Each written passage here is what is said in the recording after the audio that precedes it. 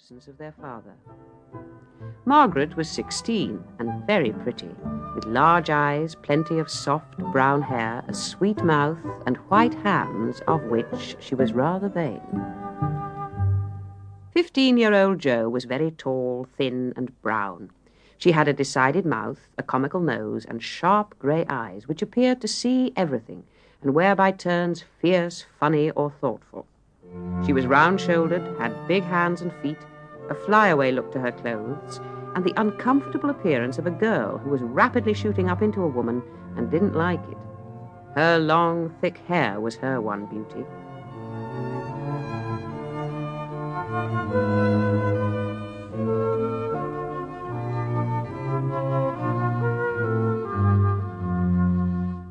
Elizabeth, or Beth, as everyone called her, was a rosy, smooth-haired, bright-eyed girl of 13, with a shy manner, a timid voice, and a peaceful expression which was seldom disturbed, for she seemed to live in a happy world of her own.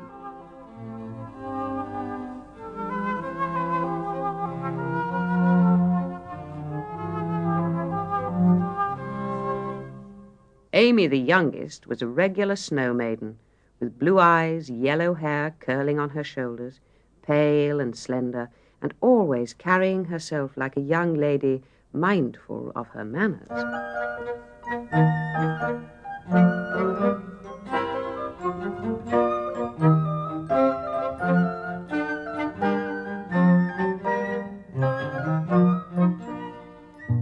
The clock struck 6, and having swept up the hearth, Beth put a pair of slippers down to warm. Somehow the sight of the old shoes had a good effect upon the girls, for Mother was coming, and everyone brightened to welcome her. Meg stopped lecturing and lighted the lamp. Amy got out of the easy chair without being asked, and Jo forgot how tired she was as she sat up to hold the slippers nearer to the blaze. "They're quite worn out," she said. "Marmee must have a new pair." "I thought I'd get her some with my dollar," said Beth. "No, I shall," cried Amy. "I'm the oldest," began Meg, but Jo cut in with a decided, "I'm the man of the family now Papa is away, and I shall provide the slippers, for he told me to take special care of Mother while he was gone."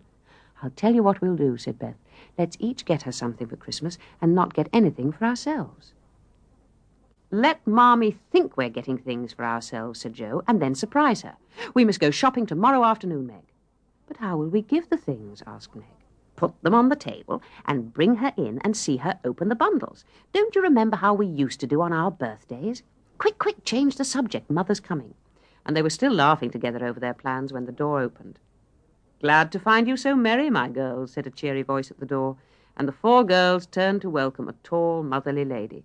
She was not elegantly dressed, but the girls thought the grey cloak and unfashionable bonnet covered the most splendid mother in the world. "Well, dears, how have you got on today?"